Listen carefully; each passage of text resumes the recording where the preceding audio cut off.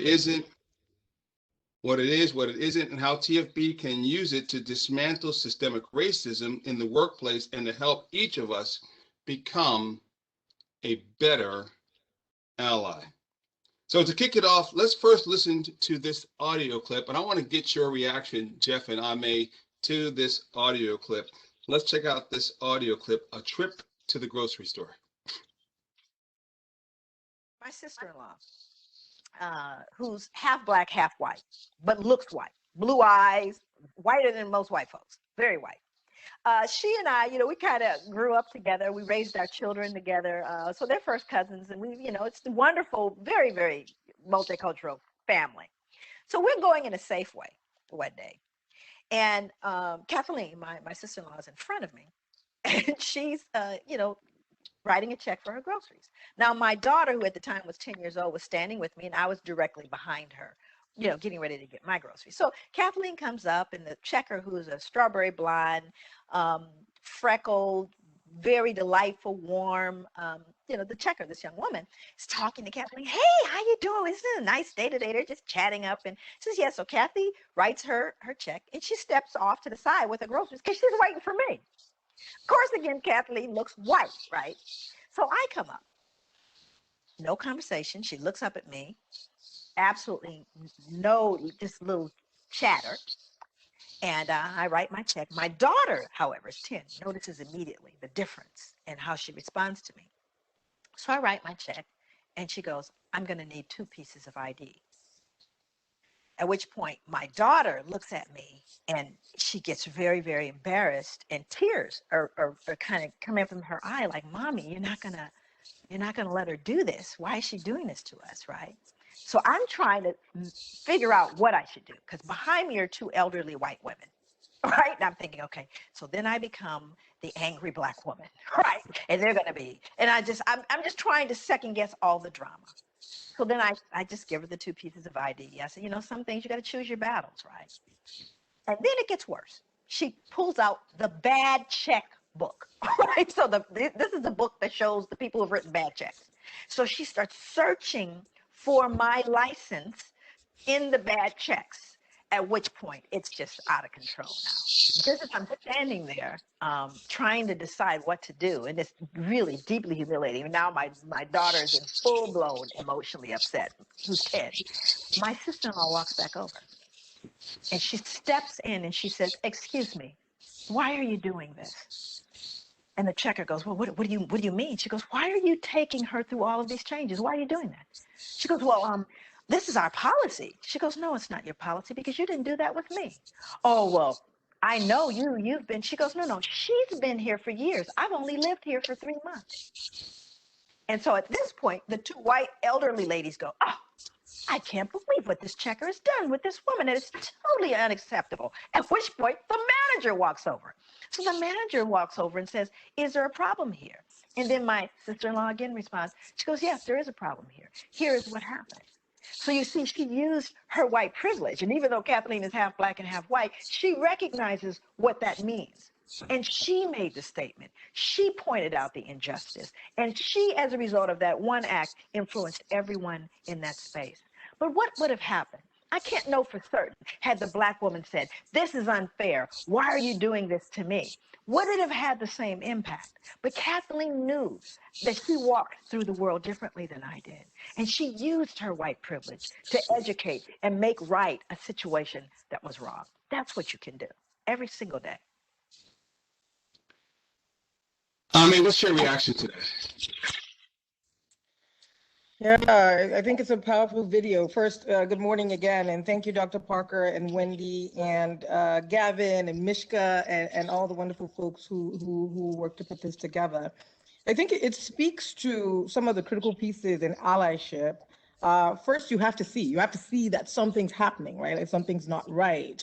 And Dr. Joy's sister-in-law recognized it. I think it also speaks to relationships. So obviously they have an interpersonal relationship. And so, her sister-in-law is able to provide evidence after evidence, right, to kind of challenge the checker, but also about relationship to power, or positionality, right? And so she's a multiracial woman, but she recognizes that because she has white skin privilege, she is moving, she has access, right, in a different way, and choosing to leverage that power. And then that last piece about action, right? You can see stuff, which is really important, and in some ways is 3/4 of the battle. But when you see something, you have to do something, right? And she actually decided to do something. So.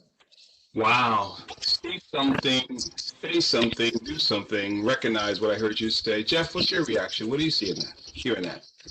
Well, I think Ame is sharing a lot of wisdom, especially about the importance of that relationship, because that helped build the context for the intervention, right? So she knew this other person's story and knew what kind of impact it was having. But it seems to me like this is also an invitation for another level of allyship. So we can imagine that that intervention had that teaching impact in that moment.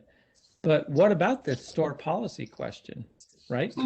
That can't just be, you know, a figment of someone's imagination. It probably is an actual policy that's using racial profiling to create this kind of boundary.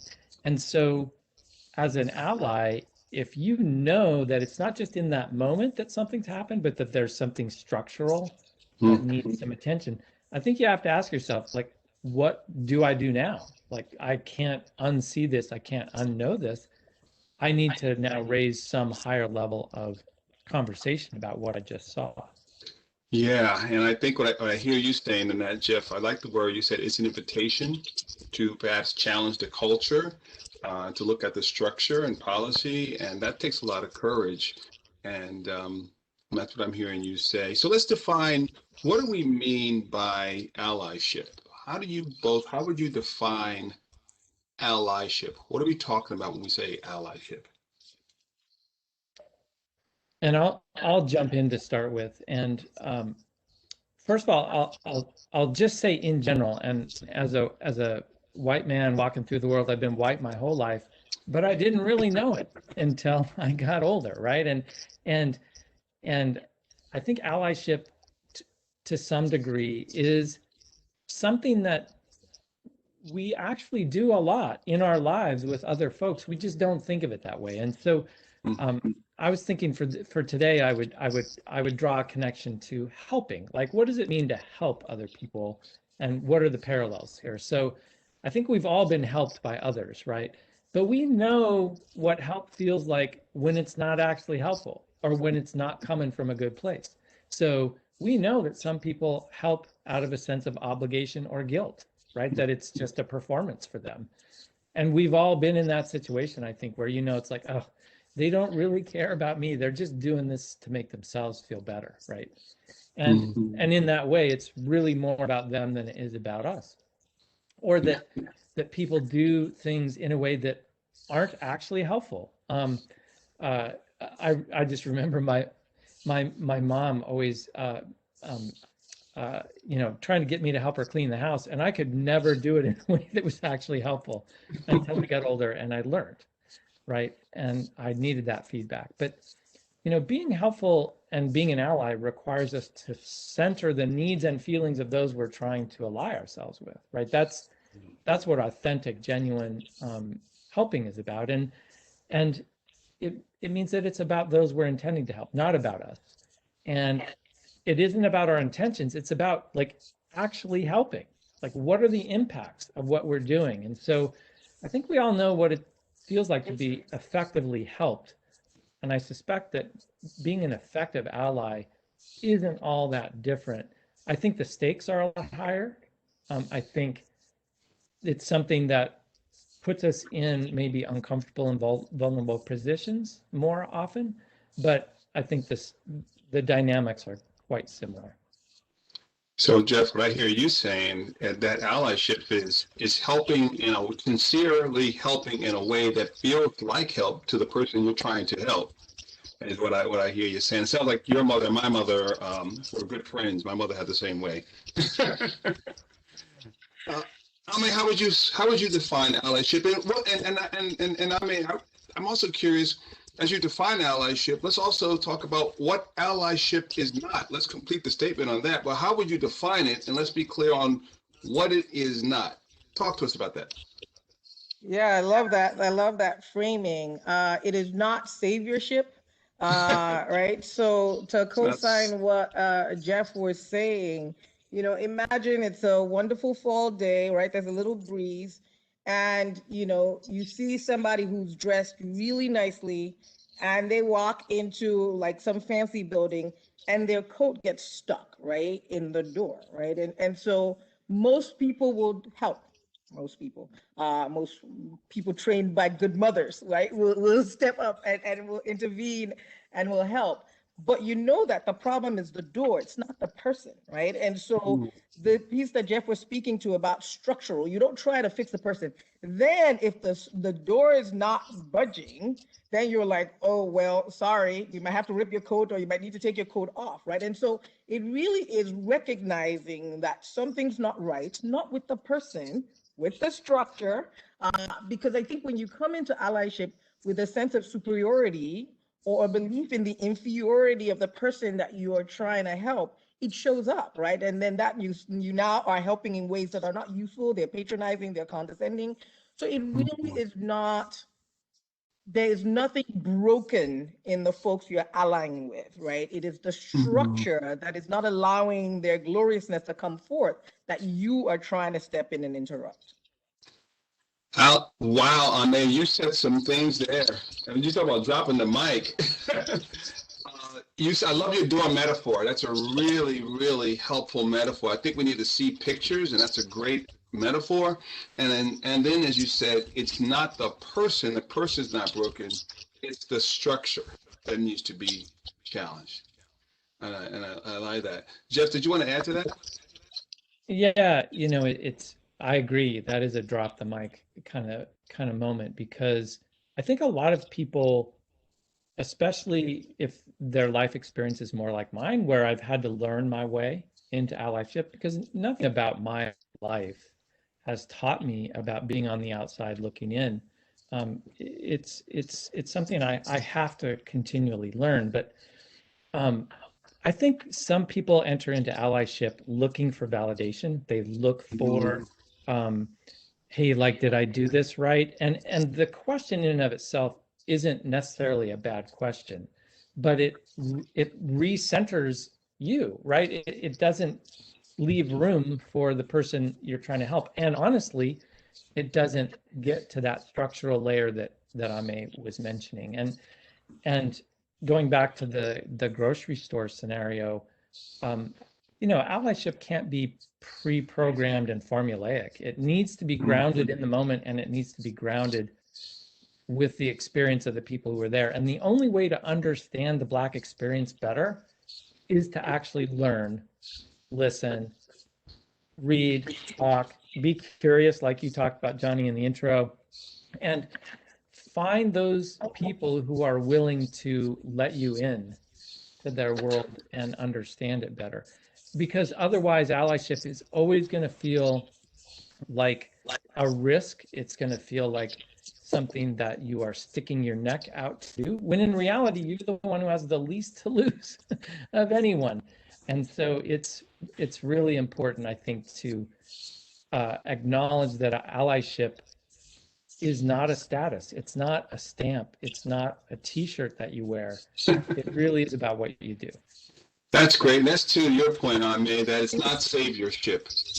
And then, as you said, Jeff, it has to happen. It has to be organic, and it has to be one of listening and being willing to learn. And you all model that. You have developed a relationship, and it's been a relationship for several years. How did that happen? How did your friendship evolve? How did it happen? What's the start of that story? How did allyship and friendship form between the both of you? Tell us your story. Oh, I'm going to jump in. It's all Ame's fault. I mean, and you're already getting a dose of it, right? I mean, there's just so much wisdom and accessibility here. And, I met Ame about 12 years ago. We were interviewing, I was at College in Vermont, and we were interviewing someone for the job she eventually got.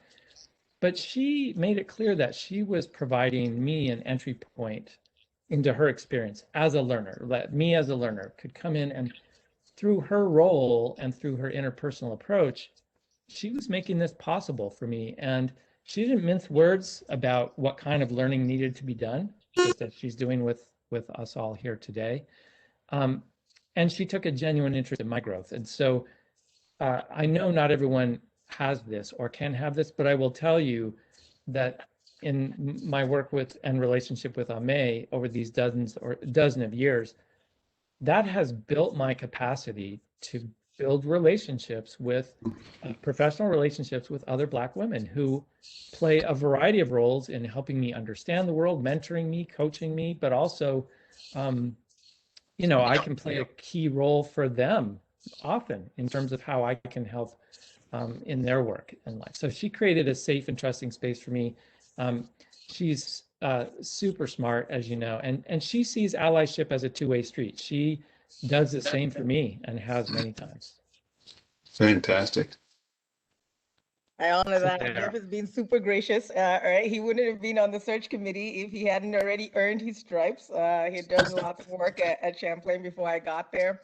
And so he was a person that I respected. He had a lot of social capital on campus as a dean and as an innovative dean.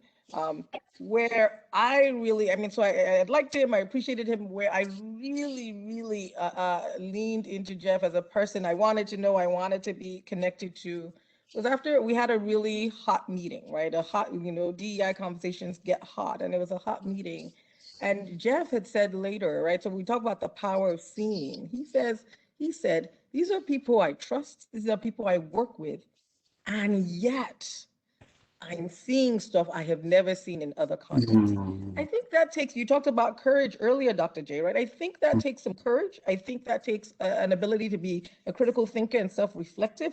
Again, that ability to hold multiple truths. These are people I like. These are people I trust. These are people I work with. It doesn't have to be bad people, right? We are all in this stuff, right? We're breathing this air, and we're getting these narratives all the time. And so the ability to hold that, these are still my colleagues and friends, and something is showing up, and I want to do something about it, right? I want to leverage the social capital that I have. Pretty phenomenal, right? And so that brought us into just a different level, this kind of positionality where we are going to support each other. We're going to learn from each other. That has continued for 12 years. And Jeff continued to use his positionality, his power, his influence to advocate and push for the work, but also to support me personally. And that's something that I deeply appreciate. That's fantastic. What a story. Yeah, go ahead, Jeff. Hey, Johnny, I just want to validate something because it just came up yesterday in a work setting for me, where again, a Black woman was conveying to me an experience with one of my colleagues where she was noticing that the email exchanges between me and this other worker were very different in tone and impact than this Black colleague of mine and this other worker, right? And calling it out, and there it is in black and white, right? You can see in an email how things are different. And it's just so true. And you see it over and over again. Once you see it, you can't unsee it. I hope you can't unsee it. That especially Black, but especially Black women are discounted, are disrespected, are there are just so many ways in which very subtly sometimes and very overtly others. So like I say, once you tune into this, how can you possibly walk away from it? Yeah. Well said, Jeff. Appreciate that, sharing us that recent experience. So how does one's allyship evolve as one's growth and personal development evolves? How does one's allyship evolve as their personal and professional growth evolve? What might that look like? Yeah, I think the entry point for many people is the diversity concept, that they know that you just need more experiences and more diversity in the room. And that's that's a great way, I think, for just about anyone whose life experience is more like mine to find their way. And that's where I was when I met Ame 12 years ago. But once you have a wider range of experiences present, how do you make space for those lives and those experiences and that wisdom? How do you decenter what's been there all along? And so that's really where the inclusion piece comes in. And then inclusion is a natural leader to the equity question, right? As your allyship evolves, Yeah. you learn how to make real adjustments to empower and affirm people who've been disempowered and marginalized. And then from there, I think it's a very natural next step to engage at that systemic level, right? Where you're confronting mindsets and systems that are really hardwired. And then it's just a constant repeat of all that, right? Because you're not leaving one piece behind, diversity or inclusion, as you move to equity and anti-racism, but you are, in essence, advancing your own practice. It's like anything that you spend time with, you will take it on in a more complex, more nuanced way. And I think by doing that intentionally and with full awareness, you can bring that growth mindset to it for yourself, but also for others, and assume that you can bring others along with you. Yeah. Yeah. And I will add that, so my social identities have me in the non-dominant group, right? So I have this kind of minoritized, those are my most salient identities. But organizationally, I've moved, right? And so I have gained some power and some influence. I'm the only vice president of color, right? So there's a responsibility that comes with that in terms of lifting as you climb. And so allyship can be done by minoritized folks, right? With varying levels of power. So my act of love every year is to hold space for new chief diversity officers and just love on them and talk about, right, folks are trying to figure out how to do the work and just share that experience. I have a responsibility to people of color all across the campus because I'm the only person at the table. So I think, as we grow, as we evolve, whoever you are, allyship also evolves. Yeah. Yeah. And of course, it's been said that to be an ally is a verb, not simply a noun, that action is required. What can people at TFB, how can that happen? How can employees, how can we create a culture? How can there be a culture in specific ways people in work can advocate for one another as colleagues and out in the space of allyship?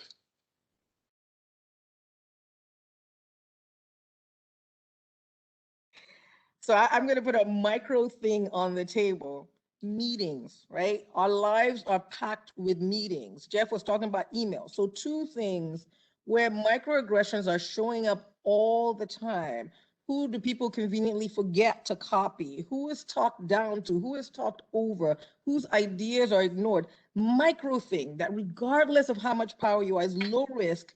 I encourage everybody, pay attention in meetings, pay attention to emails. That's a way you can start, because people just want to dip their toe in the water, right? And start where they're comfortable ways to engage. Microaggressions, definitely addressing those. That's huge. What else? What would you say, Jeff?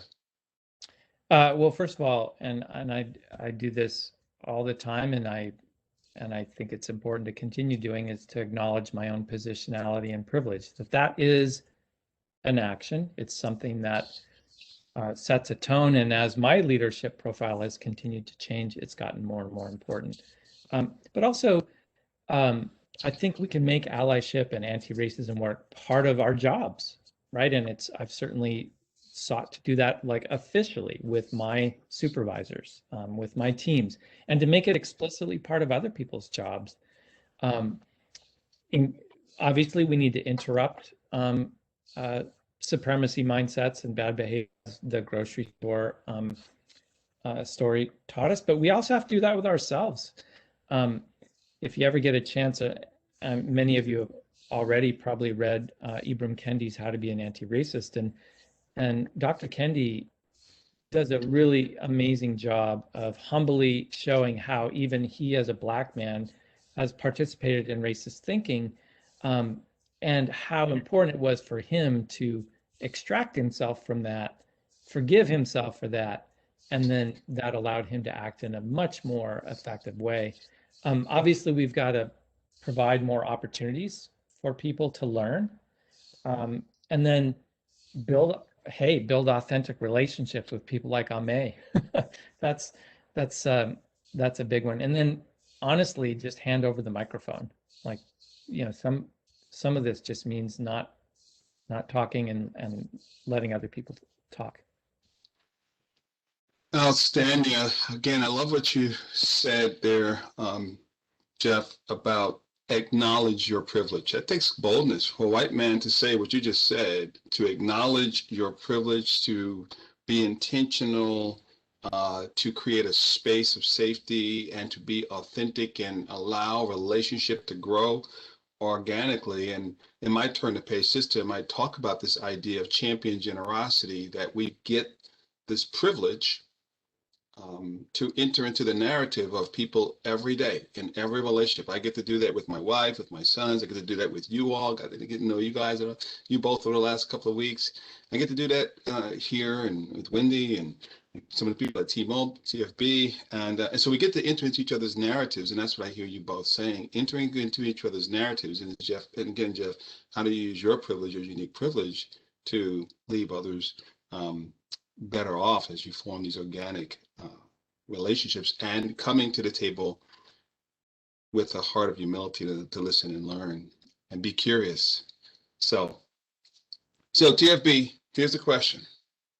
What's one takeaway from this part of the conversation? What's one takeaway?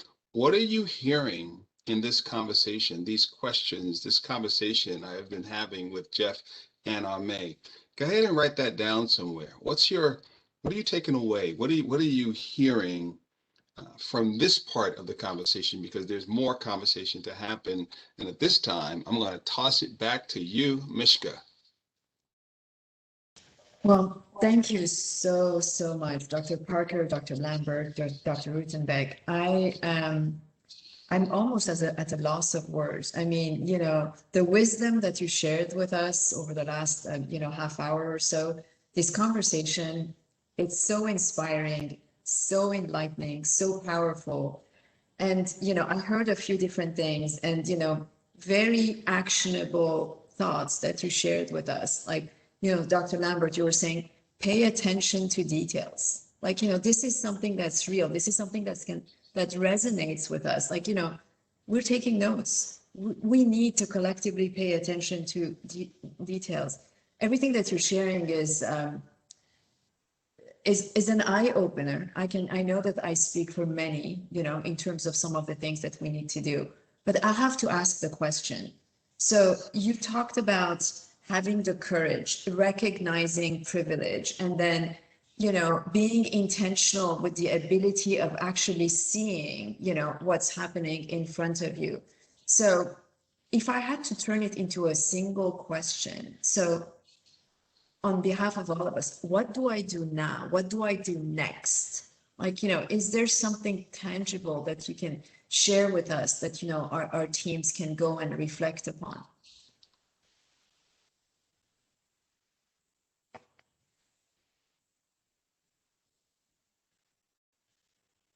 Don't toss me the hard questions.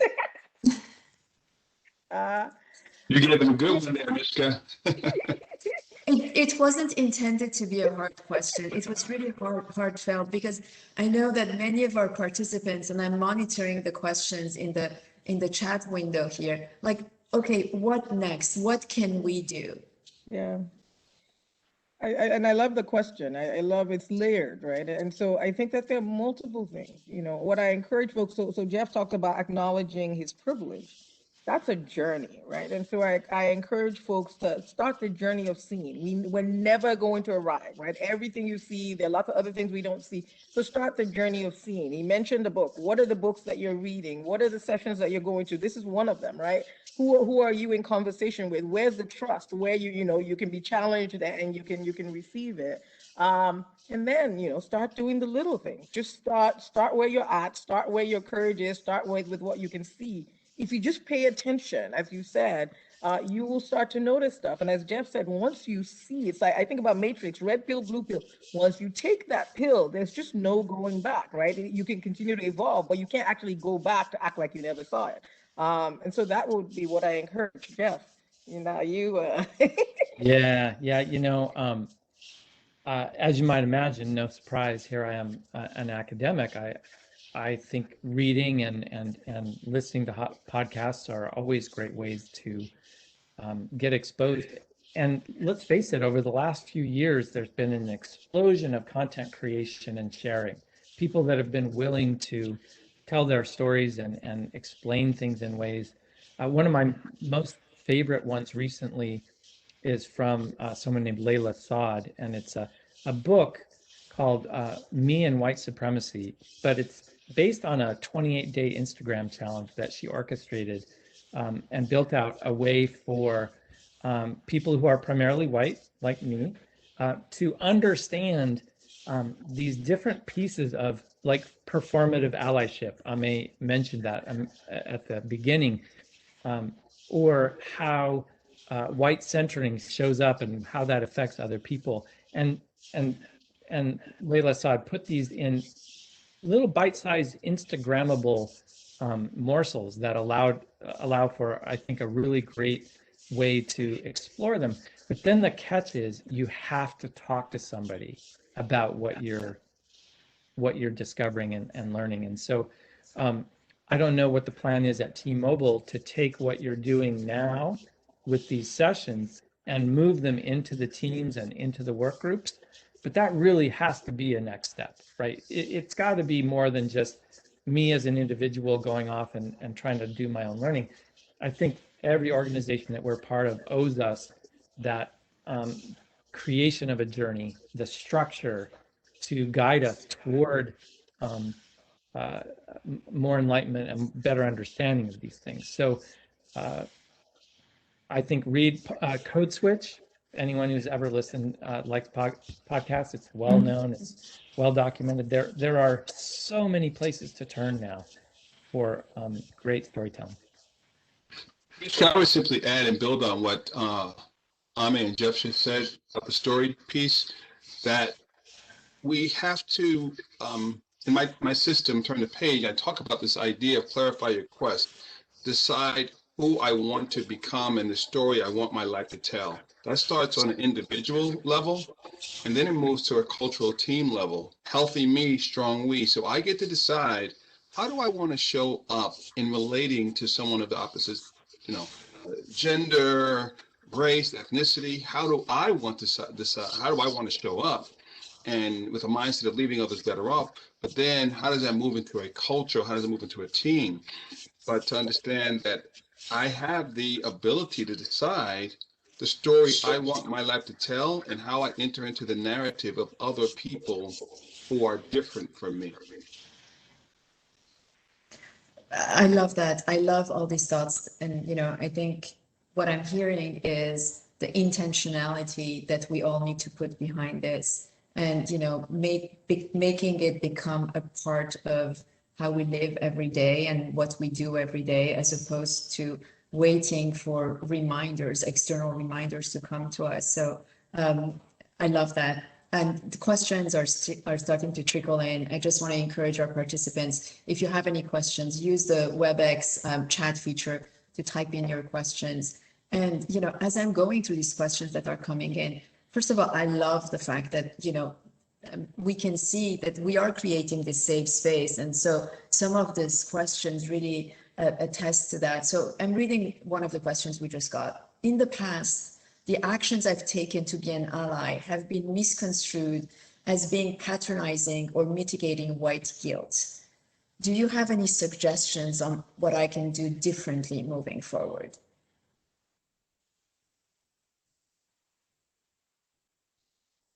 Was it? I will start with that question, right? I think it's an opportunity for reflection. And so the pieces that Jeff mentioned, was it about you centering yourself, right? And so if you are going to go on a journey towards equity and racial justice, the ability to be critically reflective, and the ability to navigate discomfort. I think discomfort is a topic all by itself that has to be had. It's just anyway, it just is, racial justice and discomfort, those conversations are intertwined in ways that we don't pay enough attention to. And so, when I fail, it sucks, right? And so my natural instinct is to kind of push back, right? Or just kind of run from failure, because especially for folks who are high achievers, we don't like to fail, right? And so in this area, I would say it's okay. If I was trying to learn how, people were talking about the Super Bowl earlier. If I was trying to win the Super Bowl, right? Failure becomes an event. It doesn't now become about me. I don't get to whine the whole time. I get back out there and do whatever things people do. Run, jump, catch balls. I don't know. I've never played in the Super Bowl, right? So the fact that a moment of failure now becomes this big thing, right? That keeps people people feel paralyzed and they can't, engage with this. I want to unpack that, right? So Dr. J was talking about, intentionally deciding who you want to be. If I decide I want to be good at something, right? The example I always use is my physical health, right? When the personal trainer puts me through some reps, right? I am really sore the next day. And so my natural instinct is I'm not doing this again, this hurt. The answer is I need to do it again, right? Because I'm tearing down muscles and building up new muscles, and that's part of the process. So I hope people hold on to that as they lean into this. And then this piece about relationships, if they're authentic relationships, I have friends that I'm like, oh wow, your whiteness is showing, your maleness is showing. I love them. It doesn't change the relationship, but I'm like, back up, right? And so you need to have relationships where you can have these conversations. And so I would say, thank you for trying. It's okay, you failed, get back, just get back. And you have to build capacity around it. And the only way to build capacity is by doing it. I would add something that I continue to learn is sometimes as a white person learning through this, our learning can be traumatizing sometimes to other people, especially people of color or our Black colleagues and friends specifically. And so part of it is also finding colleagues of similar background and similar experience to create that space of learning. It can be a lower risk feeling. It can be also a place where you don't want to go too far with it because you don't have the representativeness in that room to make sure that you're on the right track. So you don't want to go too far, but it's something that I think if you do it authentically, going back to the quality of your relationships and the intentionality, the humility that Johnny talked about, that if you bring that to it, then the failure moment isn't where you slipped up. The failure moment is where you never went back to learn your way through it. That's the failure. And I think it's just a redefinition. And there is a question here, Dr. Rittenbeck, that's directly tied to the point that you were raising. One of our participants is asking, so are there really boundaries between what healthy allyship really is and not overstepping? I think that is such a good question, and I do not presume to be an expert on that, but I can say that as my journey continues, a lot of it just happens more organically, right? It's as you internalize the language and the perceptions and the ways of understanding and communicating, some of it just gets easier. And you find yourself, I found myself in more challenging situations, more and more challenging. But the basic principles of allyship apply, whether you're in a grocery store line or whether, as I was recently, confronting an entire team about how their fragility was preventing an entire group of students from getting what they needed, right? And me as their leader, not letting them avoid that. I had to keep that in front of them to help push them through that. So I think it's like any practice. I may have heard me compare it to yoga, right? You might not be able to touch your toes today, but if you try every day, 1,000 times or 5,000 times later, you're touching your toes, no problem. And that's what I think allyship really can feel like is it's a little bit challenging, and if you do it all the time, it's just going to get easier. That's such a If great I, analogy. yeah, if I could add from the perspective of a person who's usually the person with less power in an allyship relationship, I think that you think about it like all relationships. I don't go into any relationship expecting people to know everything about me or to never screw up, right? These are human relationships. Humans are fallible, humans are complex. And so I really do value, the trusted allies in my life, but I'm not expecting them to get every single thing about my experience, right? And so I don't put them on a pedestal so that, right? And so I think the expectation management is, because if the expectations are not right, then the moment, you can be with an ally and the person can microaggress you or show that they don't understand, then the relationship is harmed. I hope to have a relationship where we could talk about it, be like, see that over there? Yeah, let's talk about that. And so I think that bringing the allowance for humans to be humans and for this to be a journey is really important from the perspective of the minoritized person. So very much related to what you were raising in terms of like, human connections, there is a question here from one of our participants, a person of color. This is what they wrote. Do we look for people to become allies on their own, or should we, people of color, try to engage those in our circles in conversations to see if meaning discussions and conversations around allyship are possible? In other words, what's the role of that people of color can take on to help advance the conversations around allyship? Yeah, that's a good one. That's an and one, right? It's both, right? We want folks with power to be leaning in. I feel like the onus is always on the person with more power, right? So as a parent, the onus is on me to kind of lean in and not expect. But we have agency, right? We also we get to determine our own life, and so we also have a role to play. So ideally, there's movement happening from both sides. So I think people on your team, talking to your supervisor and saying, look, if I'm the only person of color on this team, I would like there to be space for us to have that conversation, because things might show up differently from, for me than they might for other people. And, your boss might initially be like, oh, but you put it out on the table. So I think courage is required for both sides. But, when you think about consequences, there are usually fewer consequences for the person with more power. And that's why I feel like the onus should be on the people with more power. And I hear such amazing possibility in the person who asked that question, right? I'm hearing that person say, I am open to this. I am open to playing this role and being in partnership with other people who are different from me to help them grow.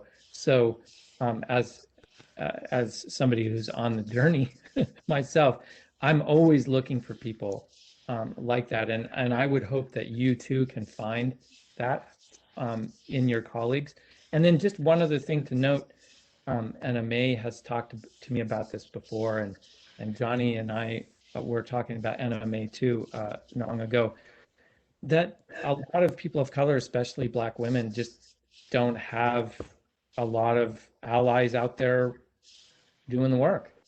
And so I'm sorry to say the bar is very low, but what that also means is that the entry point is more accessible, and make good on that, right? Just make good on it.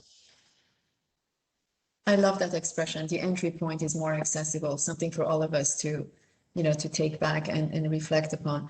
In the conversation earlier, what I heard is, allyship is not something that you wear. It's not like a t-shirt that you put on and like, okay, you declare yourself, hey, I'm an ally now. It's really an action that you need to take and be very intentional about. So one of the questions that we have is, what if there are people around us that refuse to believe that they have white privilege? So how do we start the conversation of getting them to see what white privilege means, so that then you can drive them on that journey to be more intentional about allyship?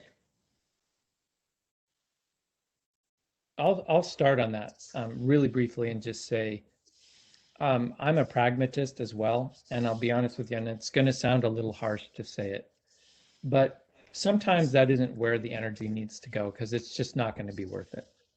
And part of what I think we have to do in this work collectively is find the people who are willing to bring that humility and that openness, put our energy there, and frankly, just make the resistance less relevant over time. So that's kind of a philosophical point.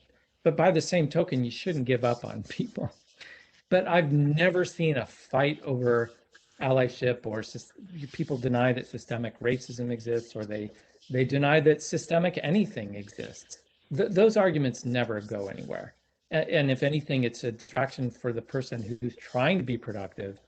They can be productive focusing on other things and other people. So it's a bit cynical. I try not to be a cynical person, but it's important, though, to spot the tactics for obstruction. That's different. Some people are actually trying to prevent others from exploring and from learning and growing. That's an organizational issue. And whether it's a university or a technology company, that has to be stopped from the top. Somebody has to say that cannot happen. Yeah, I co-sign all of that, it's really, yeah. So 20 folks who are always on board, 20% of folks who are never going to be on board, right? And then you're spending a lot of time with the 60% in the middle, right? And so if this is a person or this is a group that has to be flipped, right? These are people with power and influence and resources, and they need to be part of the conversation, then I would encourage finding ways in. Earlier in a conversation with Dr. J and the two Dr. J's, right? Jeff talked about feminism as a way in. Jeff is in a household of women, right? And so the research is very clear that fathers of daughters tend to, because they have daughters, Jeff was enlightened before, but because they have daughters, it kind of opens, just thinking about the future of your daughters. So what's the way in? Did somebody grow up low income? Are they veterans? What is the way into the conversation? So finding that way.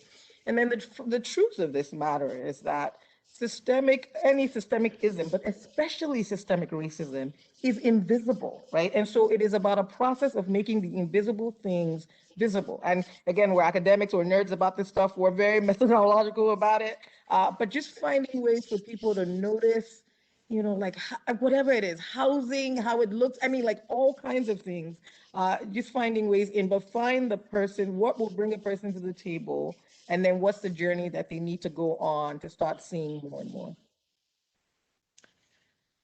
I think we maybe have time for one or more two questions. And reading through this again, I'm going to say this. I love the fact that you all have created through this conversation over the last hour such an environment, such a safe environment for folks to feel comfortable asking questions. So this is from one of our white male colleagues.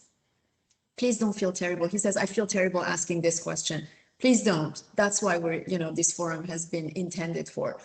When talking about these issues and referencing people and allies, what is the right terminology to use? People of color, Black, African American? And does that change in different parts of the country? Yes, it's not I appreciate what you said, Mishka. There's nothing to feel terrible about. I think just to put a quick frame on it, the context is that people are trying to reclaim that identity, right? And that in and of itself is a journey. And so that changes. Yes, it is regional, it is generational. An older Black person is probably not walking around calling themselves an African American, right? And so on the West Coast, people do not like the term Hispanic. And so I think the larger frame is that this is people are, when your history, when your culture has been taken or has been defined by other people, you're on this constant journey to, figure out what fits and is evolving. What I encourage folks to do is listen to how people refer them to themselves and use that, right? And so, right now, BIPOC is gaining in purchase, right? Black, Indigenous people of color. Most of the people of color here don't like it. We haven't come up with a new term, but because they don't like it, I'm not going to use it as much. And so that's my encouragement. Well, on these very thoughtful, wisdom and wise thoughts, I know we're coming up on the hour here, and I just wanted to take a minute and thank every one of you, Dr. Parker, Dr. Lambert, Dr. Rutenbeck, for being so inspiring, spending this time with us. Thank you to all of our participants for taking time out of your day and joining this platform every month for these important conversations. And again, we are going to continue having this forum on a regular cadence. And next month's topic is police brutality. What if he would have complied? Such an important topic. I know that there's a lot of interest, a lot of things being talked about in the media. So we're gonna bring our forum together next month to deep dive into this topic. But for now, I just want to again thank everybody for joining, and thanks for being vulnerable and asking these questions and for showing your curiosity. Continue to stay curious on this very important platform for all of us, and we look forward to talking to you next time. Enjoy the rest of the day. Thank you. Take care.